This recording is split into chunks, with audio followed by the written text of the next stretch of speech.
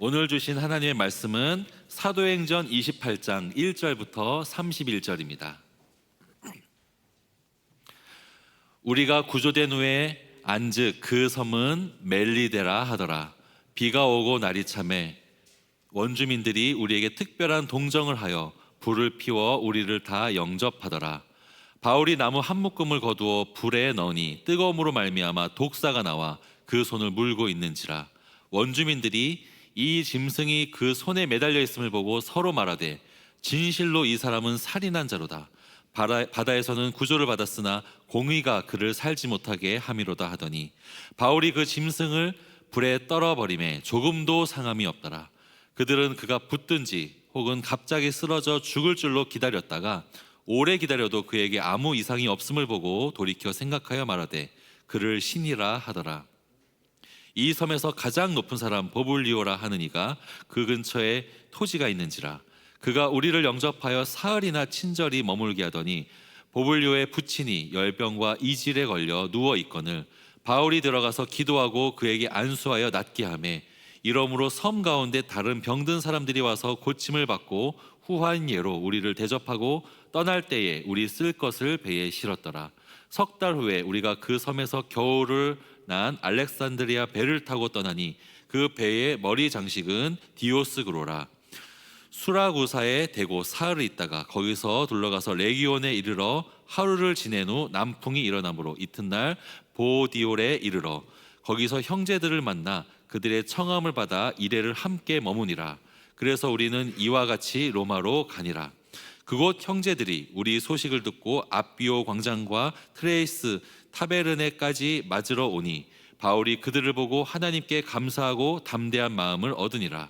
우리가 로마에 들어가니 바울에게는 자기를 지키는 한 군인과 함께 따로 있게 허락하더라. 사흘 후에 바울이 유대인 중 높은 사람들을 청하여 그들이 모인 후에 이르되 여러분 형제들아, 내가 이스라엘 백성이나 우리 조상의 관습을 배척한 일이 없는데 예루살렘에서 로마인의 손에 죄수로 내준 바 되었으니 로마인은 나를 신문하여 죽일 제목이 없으므로 석방하려 하였으나 유대인들이 반대하기로 내가 마지못하여 가이사에게 상소하며 내 민족을 고발하려는 것이 아니니라. 이러므로 너희를 보고 함께 이야기하려고 청하였으니 이스라엘의 소망으로 말미암아 내가 이 쇠사슬에 매인 바 되었노라. 그들이 이르되 우리가 유대에서 내게 대한 편지도 받은 일이 없고 또 형제 중 누가 와서 내게 대하여 좋지 못한 것을 전하든지 이야기한 일도 없느니라. 이에 우리가 너의 사상이 어떠한가 듣고자 하니 이 파에 대하여는 어디서든지 반대를 받는 줄 알기 때문이라 하더라. 그들이 날짜를 정하고 그가 유숙하는 집에 많이 오니 바울이 아침부터 저녁까지 강론하여 하나님의 나라를 증언하고 모세의 율법과 선지자의 말을 가지고 예수에 대하여 권하더라. 그 말을 믿는 사람도 있고 믿지 아니하는 사람도 있어 서로 맞지 아니하여 흩어질 때에 바울이 한 말로 이르되 성령이 선지자 이사야를 통하여 너희 조상들에게 말씀하신 것이 옳도다. 일러스되 이 백성에게 가서 말하기를 너희가 듣기는 들어도 도무지 깨닫지 못하며 보기는 보아도 도무지 알지 못하는도다. 이 백성들의 마음이 우둔하여져서 그 귀로는 둔하게 듣고 그 눈은 감았으니 이는 눈으로 보고 귀로 듣고 마음으로 깨달아 돌아오면 내가 고쳐줄까 함이라 하였으니 그런즉 하나님이 이 구원이 이방인에게로 보내어진 줄 알라. 그들은 그것을 들으리라 하더라. 바울이 온 이태를 자기 셋집에 머물면서 자기에게 오는 사람을 다 영접하고 하나님의 나라를 전파하며 주 예수 그리스도에 관한 모든 것을 담대하게 거침없이 가르치더라. 아멘.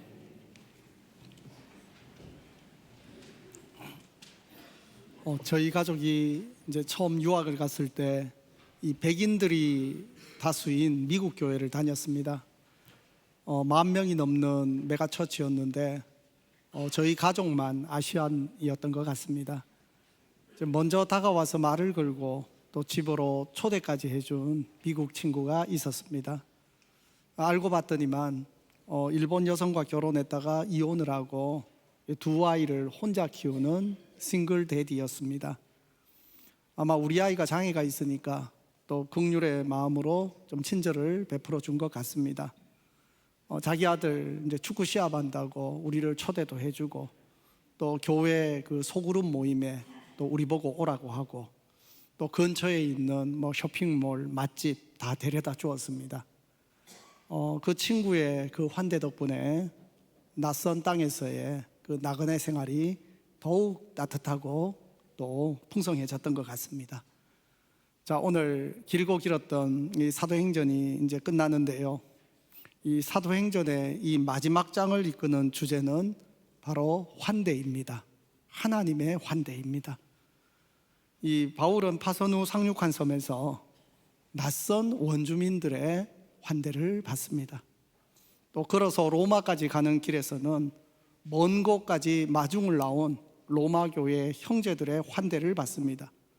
그리고 이 사도행전의 제일 마지막은 이 로마에서의 바울이 복음을 듣기 위해 찾아오는 사람들을 환대하는 이야기로 끝납니다. 오늘 말씀은 참 우리가 달려가는 길 끝에서 우리를 따뜻하게 맞아주실 주님을 보여주고 있습니다. 험난한 항해와 같은 인생 여정 속에서 또 우리를 환대하시는 하나님을 우리가 항상 힘입고, 또 세상을 향한 하나님의 환대가 우리를 통해 계속 이어지기를 주의 이름으로 축원합니다. 첫 번째, 낯선 이들을 통해 바울을 환대하시는 그 하나님의 모습을 오늘 말씀이 보여줍니다. 이 배는 파손했지만 276명 모두가 살았습니다. 이 바울 일행이 상륙한 섬은 그 이탈리아의 그 시실리 남쪽에 있는 멜리데, 정식 명칭은 몰타입니다. 그래서 몰타 공화국입니다, 오늘날. 그리고 이 바울이 상륙한 지점은 섬 북동쪽에 있는 해안인데요. 이게 이제 이후에 성 바울만이라고 이제 이름이 붙여졌습니다. 276명 모두 목숨은 구했지만 이제 낯선 땅에서 난민 신세가 됐습니다. 그런데 뜻밖의 그곳 원주민들이 따뜻하게 맞아줍니다. 2절에 비가 오고 날이 참에 원주민들이 특별한 동정을 하여 불을 피워 우리를 다 영접하더라. 영접했다. 수많은 백성들이 여기에 이제 외부인들이 상륙을 했지 않습니까? 그러면 위협을 느낄 만합니다. 근데 이들이 특별한 동정을 보이고 오히려 불을 피워서 영접했습니다. 이게 보통 일이 아니죠. 여기에 원주민은 이 바바리안이라고 쓰여졌는데, 이게 이제 뭐 미개인이다 이런 말이 아닙니다. 헬라인, 로마인과는 다른 언어를 사용하는 사람 이런 뜻이고요. 그래서 학자들은 이들이 페니키아와 이 카르타고의 후예라고 추정을 합니다. 이 바닷물에 옷이 다 젖어 버리고 또 비까지 오는 이런 상황에 불을 따뜻하게 피워서 이 바울 일행을 영접했습니다. 이것은 하나님의 보이지 않는 따뜻한 손길이죠. 그때 바울이 나무 한 묶음을 거두어서 불에다 넣습니다. 그런데 나무 안에 숨어있던 독사가 그 불 때문에 뜨거워서 튀어나와서 바울의 그 팔을 물어버립니다. 원주민들이 그걸 보고 수군거립니다. 진실로 이 사람은 살인한 자로다. 바다에서는 구조를 받았으나 공의가 그를 살지 못하게 함이로다. 여기에서 이제 공의라는 것은, 이 디케는 그리스 신화에 나오는 제우스의 딸이자 정의의 여신을 가리킵니다.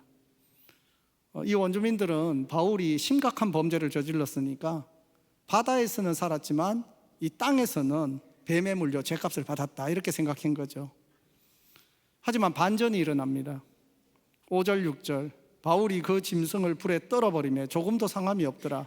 그들은 그가 붙든지 혹은 갑자기 쓰러져 죽을 줄로 기다렸다가 오래 기다려도 그에게 아무 이상이 없음을 보고 돌이켜 생각하여 말하되 그를 신이라 하더라. 지금 파선한 배에서도 살아남았지요. 땅에서는 독사에 물려도 멀쩡하죠. 그래서 이들이 바울을 신적인 존재로 인식합니다. 이전에 1차 선교 여행 때 이 루스드라에서 사람들은 바울을 신이라고 했다가 곧바로 돌변해서 돌로 쳤습니다. 이번에는 거꾸로입니다. 그를 살인자라고 했다가 갑자기 신적인 존재로 우러러봅니다. 이 사건으로 인해서 이제 섬에서 가장 높은 보블리오라고 하는 사람이 자기 땅을 내어놓고 거기에 바울 일행을 영접합니다. 그리고 사흘 동안 머물게 하는데요, 다시 한 번 더 여기에 바울을 환대하시는 주님의 손길이 느껴집니다. 마침 보블리오의 부춘이 열병과 이질에 걸려 누워 있었습니다. 학자들은 이것을 멜리데 열병으로 보는데요, 이 1887년에 가서야 그 원인이 밝혀졌습니다. 바로 멜리데의 염소젖에서 비롯된 바이러스가 주 원인인데, 근데 증상이 4개월 이상 고열이 계속되고 그게 심지어는 2, 3년 지속되고 그리고 악화되면 사람이 죽습니다. 그런데 바울이 기도하고 안수해서 그 보블리오의 부친을 치료합니다. 그러자 섬 가운데 있던 다른 병자들도 다 바울에게 나와서 또 기도로 고침을 다 받습니다. 의사였던 누가가 이것을 자연적인 치유가 아니고 바로 하나님의 능력이었다, 이렇게 기록을 하고 있습니다. 이것은 주님의 종을 영접한 사람들에게 하나님이 치유의 은혜로 갚아주신 겁니다. 이것도 하나님의 환대입니다. 이 멜리데에서 한 석 달 정도 겨울을 보내고 바울 일행은 이제 다시 떠나는데요, 10절을 보면 그때 이 멜리데 주민들이 또 극진한 대접을 합니다. 후한 예로 우리를 대접하고 떠날 때 우리 쓸 것을 배에 실었다. 바다에서 모든 것 다 잃어버리고 겨우 몸만 건졌던 사람들인데, 이제 바울 덕에 이제 로마까지 다시 가는 그 여정에 모든 쓸 것을 배에 또 가득 싣고 떠나게 됩니다. 지금까지 이 멜리데 원주민들이 베풀어준 극진한 환대, 이것은 그냥 겉으로 보는 그런 환대가 아닙니다. 바울을 대접하시고 환대하시는 우리 주님의 손길을 그대로 나타내 줍니다. 저에게 특별히 인상적인 장면은 이 바울이 뱀에 물렸을 때 어떻게 했는가였습니다. 바울이 뱀에 물렸습니다. 그런데 무심하게 뱀을 손으로 툭 떨쳐버립니다. 이 바울도 사람인데 한번 생각해 보십시오. 이쯤 되면 좀 원망이 나올 만하지 않습니까? 바다에서 14일간 먹지도 자지도 못하고 표류했는데, 그러다 겨우 구조되어서 땅에 상륙했는데 불을 피우다가 거기에서 뱀에 물려버립니다. 독사에게. 하나님 로마도 보아야 하리라 해놓고 이게 뭡니까? 왜 자꾸 나한테 이러십니까? 역정을 낼 만합니다. 하지만 바울은 별일 아닌 듯 그냥 툭 털어버립니다. 어떻게 이게 가능했을까요? 하나님께서 모든 상황 너머에 함께 하신다는 것을 매 순간마다 힘입었기 때문입니다. 지금까지 바울을 이끌어온 것은 주님의 약속입니다. 276명 모두 살 거라는 주님의 말씀이 그대로 성취됐습니다. 그러면 로마도 보아야 하리라는 그 약속도 성취될 것입니다. 그 주님의 인도를 매 순간 힘입었기 때문에 이제 뱀 따위는 신경도 안 쓰이는 겁니다. 뱀이네, 툭 털어버립니다. 신실하신 주님께서는 이번에도 바울을 독사의 독에서 구원해 주셨습니다. 성도 여러분, 때로 어떤 고통이나 어려움을 당할 때 상황 자체에 몰입되어서 우리가 하나님을 잊기가 쉽습니다. 우울증으로 고생하시던 한 분이 그러십니다. 목사님, 출구가 보이지 않는 어두운 터널에 있는 느낌입니다.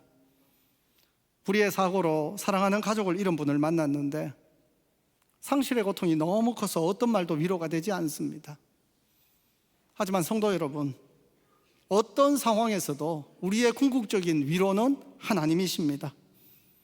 우리를 맞아주시는 그 하나님을 바라볼 때 우리는 어떤 상황 속에도 이길 수 있습니다. 인생에는 수많은 풍랑이 몰아칩니다. 풍랑을 헤쳐나왔다고 끝이 아닙니다. 뱀에 물리는 위기가 찾아올 수도 있습니다. 하지만 결국 우리를 맞아주시는 하나님이 계십니다. 그 주님의 은혜를 한 번 힘입고 두 번 힘입고 계속 힘입기 시작하면 어떤 큰 위기가 오더라도 우리는 툭 털어버릴 수 있습니다. 한 해가 지나가고 또 새해가 옵니다. 어쩌면 지난 일들이 뱀처럼 우리 손목을 물고 늘어질 겁니다. 그러더라도 오늘 바울처럼 툭 털어버리는 여러분 되시기 바랍니다. 서로 한번 고백해 볼까요? 그냥 툭 털어버립시다. 에이, 틀리지 않게 말했어요. 그냥 툭 털어버립시다.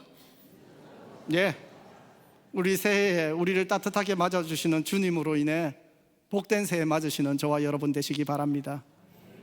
두 번째, 주 안의 형제 자매들을 통해 바울을 환대하시는 그 하나님을 보여주고 있습니다. 이 멜리데에서 겨울을 보낸 뒤에 바울은 이제 다시 로마를 향합니다. 11절에 나오죠. 석 달 후에 우리가 그 섬에서 겨울을 난 알렉산드리아 배를 타고 떠나니 그 배의 머리 장식은 디오스구로라. 그 섬에서 겨울을 보낸 이 다른 배를 이제 석 달 지난 다음에 바울 일행이 탔습니다. 그런데 희한하게 그 머리 장식이 디오스구로입니다. 여기에 디오스구로라는 것은 주의 아들들이라는 뜻입니다. 문자적으로.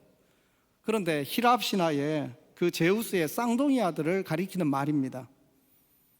근데 여기에 로마인들에게는 주의 아들들이 바로 제우스의 아들들을 말하겠지만, 지금 누가의 관점에서는 바울과 같은 믿음의 사람들이 바로 주의 아들들입니다. 뱃머리가 디오스구로인 배를 탄 것은 이 배에 진정한 주의 아들들이 타고 있다 공포해 주시는 주님의 유머입니다. 항해를 재개한 그 시기도 저희가 주목할 만한데요, 계산을 해보면 바울 일행이 이 멜리데를 떠난 시점이 대략 2월 초순입니다. 그런데 지중해에서 항해가 가능한 시기가 바로 3월 10일 이후였는데요, 그러니까 실제로 한 달 더 빠른 타이밍입니다. 그만큼 날씨가 허락했다는 거죠. 그래서 배가 멜리데에서 떠나 150km 정도 항해를 합니다. 그래서 시실리 동부 해안에 수라구사에 배를 대고 거기서 사흘을 머물렀다고 합니다. 13절에 보면 거기서 둘러가서 레기온에 이르러 하루를 지낸 후 남풍이 일어나므로 이튿날 보디올에 이르렀다. 그 수라구사에서 레기온까지 한 120km 정도가 되는데요, 이 레기온은 우리가 이탈리아 반도를 이렇게 보면 이탈리아 반도가 꼭 부츠 모양으로 생겼는데 그 부츠의 끝입니다. 그래서 레기온에서 하루를 머문 다음에 이제 서부 해안을 쭉 따라가서 이제 보디올, 이제 항해로는 마지막 지점인데요, 보디올까지 325km를 항해합니다. 근데 성경을 보면 그때 남풍이 일어났다고 말합니다. 이전에 배를 파손시켰던 그 폭풍 유라굴로가 바로 북서풍입니다. 그게 이제는 바울의 로마행을 돕는 남풍으로 바뀝니다. 이것 또한 내 아들 바울아, 너무 잘 왔다는 하나님의 웰컴 메시지죠.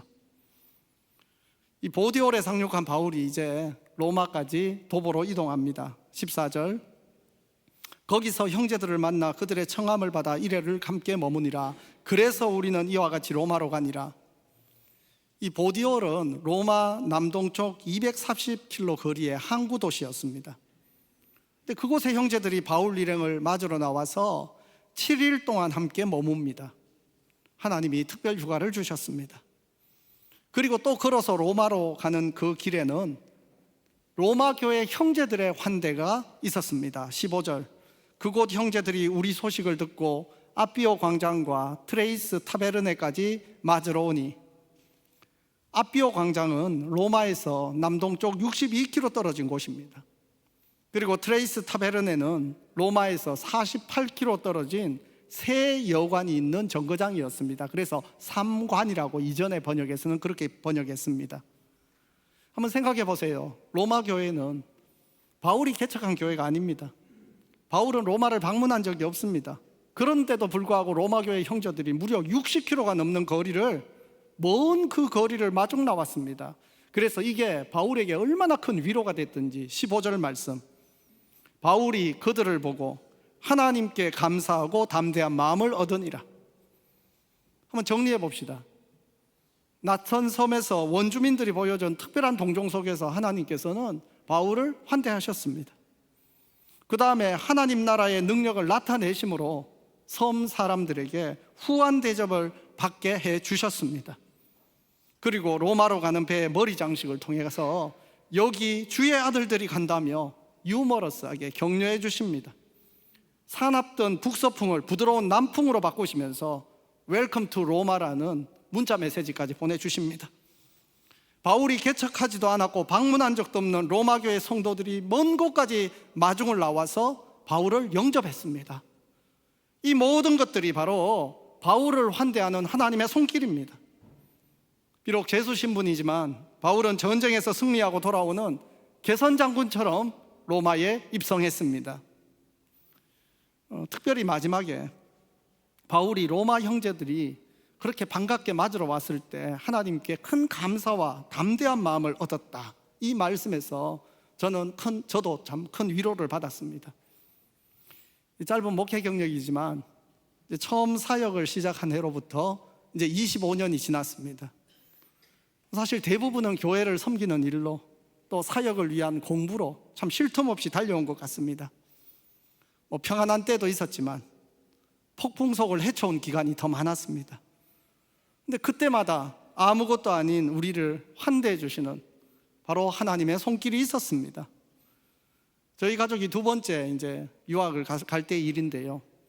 그때 12월 말까지 이 교회 크리스마스 행사 마무리하고 하느라고 정말 마지막까지 눈코 뜰 새 없이 일하다가 짐 꾸릴 시간도 제대로 없이 진짜 미국으로 확 떠났습니다. 그런데 한 분이 저희들을 플로리다에 초청을 해주셨고 거기에서 일주일을 머물면서 참 극진한 환대를 받았습니다. 주님께서 아들아 잘 왔다, 너 그동안 수고했다, 참 격려해 주시는 것 같았습니다. 우리 성도님들 연말을 맞아서 폭풍 같은 시간을 지나고 계신 분들이 많을 겁니다. 그리고 지금 우리나라 상황도 한치 앞이 안 보이는 폭풍 같습니다. 언제 이 폭풍이 끝나나, 언제 이 파도가 그칠까 싶습니다. 하지만 기도하고 믿음으로 헤쳐나가면 끝이 있습니다. 그리고 그 끝에는 주님의 크신 위로와 따뜻한 환대가 있을 것입니다. 분명한 것은 우리 인생의 거친 항해가 다 마친 다음에 마지막 천국에 도착했을 때는 주님께서 버선발로 뛰어오시면서 우리를 맞아 주실 겁니다. 그 주님의 환대는 이 세상의 어떤 환영 이벤트와도 비교할 수 없는 가장 큰 환대가 될 것입니다. 한 해 동안 우리를 폭풍 속에 지켜주신 하나님께서 새해에도 더 큰 소망으로 맞이하게 해 주시기를 바랍니다. 여전히 폭풍 속에 있을 수 있겠지만, 그 폭풍을 지나가겠지만 모든 항해 끝에서 우리를 맞이해 주실 주님을 기대하며 복된 새해를 맞으시기를 바랍니다. 자, 이제 마지막으로 이 사도행전은 바울과 우리를 통해 세상을 환대하시는 하나님을 보여주고 마무리됩니다. 16절을 보면 우리가 로마에 들어가니 바울에게는 자기를 지키는 한 군인과 함께 따로 있게 허락하더라. 이 바울이 로마에 입성한 때를 주후 60년 봄으로 저희는 계산합니다. 아마 백부장 율리오가 황제의 그 친위대 행정관에게 바울을 넘겼을 겁니다. 비록 죄수 신분이기는 하지만 바울은 군인 감시하에 가택연금 상태로 지냅니다. 이것을 이제 로마 법적으로는 쿠스토디아 밀리타리아 이렇게 표현을 하는데요. 이제 로마 시민이었고 또 아마 유대 총독이 보낸 그 재판 문서가 있었을 건데, 이 사람은 무죄 방면의 가능성이 크구나, 중범죄가 아니구나, 이제 그래서 이제 그렇게 이제 지내게 했을 겁니다. 그런데 이 로마에 도착한 이 바울이 어떻게 보내는가? 거기서도 한결같습니다. 로마에 도착한 지 사흘 후에 그는 로마의 유대인 지도자들, 아마 회당장들일 건데요, 만납니다. 자기는 결코 이 유대인들의 전통과 관습을 배반하는 일이 없는데 예루살렘 지도자들이 나를 고발했다 밝힙니다. 황제에게 왜 상소를 했는가? 나의 무죄 방면을 유대인들이 반대해서 그랬지 내가 내 민족을 고발할 의도가 없었다, 그것도 말합니다. 그리고 무엇보다도 자신이 그 죄수의 신분이 된 것은 이스라엘의 소망으로 인한 것이다. 여러분들이 내가 여기에 온 그 이유를 한번 들어주면 좋겠다고 그들에 대해서 한번 초대합니다. 와서 희한하게 예루살렘에서는 바울이 방문하기도 전에 악의적인 소문이 퍼져 있었는데 이 로마의 유대인 지도자들은 어떤 편견도 없습니다. 그냥 바울의 말을 일단 한번 들어보겠다 그러고 초대에 응합니다. 23절, 그들이 날짜를 정하고 그가 유숙하는 집에 많이 오니 바울이 찾아온 그들에게 아침부터 저녁까지 강론합니다. 하나님 나라를 증거하고 모세의 율법과 선지자들의 예언, 바로 구약 성경을 성취하신 예수 그리스도를 전합니다. 여러분, 바울의 이 모습을 한번 보십시오. 우리에게 전혀 낯설지가 않습니다. 예루살렘에서나 로마에서나 자유인의 신분이거나 죄수의 신분이거나 변함없이 한결같습니다. 우리 하나님도 신실하신데 바울이 하나님처럼 한결같이 주님 앞에 응답합니다. 그리스도를 믿는 사람들은 모두 바울처럼 한결같아야 합니다. 잘 나갈 때는 주님을 잘 따르다가 힘들면 태도가 달라지면 안 됩니다. 우리는 어떤 상황에서도 한결같이 주와 동행하는 성도가 되어야 합니다. 일제시대의 교육자였던 우리 김교신 선생께서 일기장에 이렇게 적었습니다. 신앙은 정도의 높고 낮음도 아니요, 뜨겁고 그렇지 못함도 아니요, 오직 계속하는 일이 귀함을 절실히 느낀다. 우리 그리스도인 중에 한결같은 신앙을 유지하는 사람들이 많지 않다는 것을 안타깝게 여기면서 쓴 글이지요. 대충 살아서는 어떤 일을 한결같이 지속할 수가 없습니다. 40년이 넘도록 성공적으로 사업을 해온 한 대표님은 지금도 여전히 그 사업의 집이 너무너무 무겁답니다. 한결같이 살았다는 것은 그저 늘 하던 일을 답습했다는 말이 아닙니다. 매 순간마다 힘을 다해서 매번 다른 도전과 어려움을 부닥치면서 헤쳐나왔다는 겁니다. 한결같음은 라떼는 그랬지가 아니라 여전히 온 힘을 다해 사는 겁니다. 시대가 다르고 상황이 다르고 새로운 도전이 있다 하더라도 주님의 사람들은 언제나 새로운 한결같음으로 주와 동행해야 합니다. 이 바울의 강론을 들은 유대인들은 이제 양편으로 갈립니다. 24절에 그 말씀을 믿는 사람도 있고 믿지 아니한 사람도 있어 서로 맞지 않았다. 이전에 소아시아나 유럽의 회당에서와 마찬가지로 이 로마에서도 다수의 유대인들이 바울의 메시지를 거부합니다. 그러니까 바울이 또 똑같습니다. 선지자 이사야의 글을 그대로 인용하는데요, 주님이 그대로 인용하셨는데 이것을 너희가 듣기는 들어도 도무지 깨닫지 못하며 보기는 보아도 도무지 알지 못하는도다. 이 백성들의 마음이 우둔하여져서 그 귀로는 둔하게 듣고 그 눈은 감았으니 이는 눈으로 보고 귀로 듣고 마음으로 깨달아 돌아오면 내가 고쳐줄까 함이라. 상대방이 듣든지 안 듣든지 선지자로서 자기가 해야 할 그 말, 주님의 말씀을 그대로 다 합니다. 충분히 믿을 만한데 또 믿을 법도 한데 그런데도 끝까지 안 믿는 사람이 그렇게 복음을 안 믿고 복음을 거부하면 그러면 복음이 막히는가? 그렇지 않습니다. 복음의 방향이 바뀝니다. 28절, 그런즉 하나님이 이 구원이 이방인에게로 보내준 줄 알라. 그들은 그것을 들으리라. 그래서 로마에서도 복음은 이방인들을 향해서 더 확장됩니다. 30절 말씀, 바울이 온 이태를 자기 셋집에 머물면서 자기에게 오는 사람을 다 영접했다. 사람들이 복음을 듣기 위해서 바울이 가택이 연금된 집으로 찾아온 겁니다. 아마 이방인들이 다수였을 겁니다. 바울이 그들을 다 환대합니다. 자기에게 오는 사람들을 다 영접했다. 바로 바울이 환대한 것, 이것은 단순히 바울이 환대한 게 아니라 세상을 향한 하나님의 환대입니다. 복음은 온 세상을 향한 하나님의 환대입니다. 비록 바울은 죄수로 연금되었지만 하나님 나라와 주 예수에 관한 모든 것을 가르칩니다. 31절, 하나님의 나라를 전파하며 주 예수 그리스도께 관한 모든 것을 담대하고 거침없이 가르쳤더라. 담대하다는 것은 공적인 자리에서도 어떤 꺼리낌이 없이 복음을 선포했던 겁니다. 거침이 없었다는 것은 아무것도 숨겨진 것이 없이 복음의 비밀이 공적으로 밝히 드러났다는 것입니다.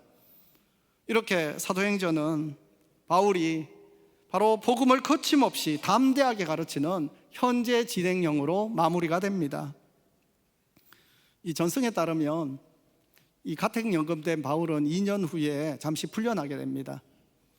그리고 그때 그 당시에 땅끝으로 여겼던 스페인까지 선교하러 갑니다. 그리고 이제 네로 황제 기독교 박해가 극에 달했을 때 다시 체포돼서 로마 감옥에서 가서 끝내 순교를 합니다. 근데 바울이 순교할 때 당시 이 네로 황제의 광기가 극에 달했습니다. 로마의 화재가 크게 났는데 그 책임을 다 그리스도인들에게 돌립니다. 그리고 마구잡이로 그냥 잡아서 다 처형합니다.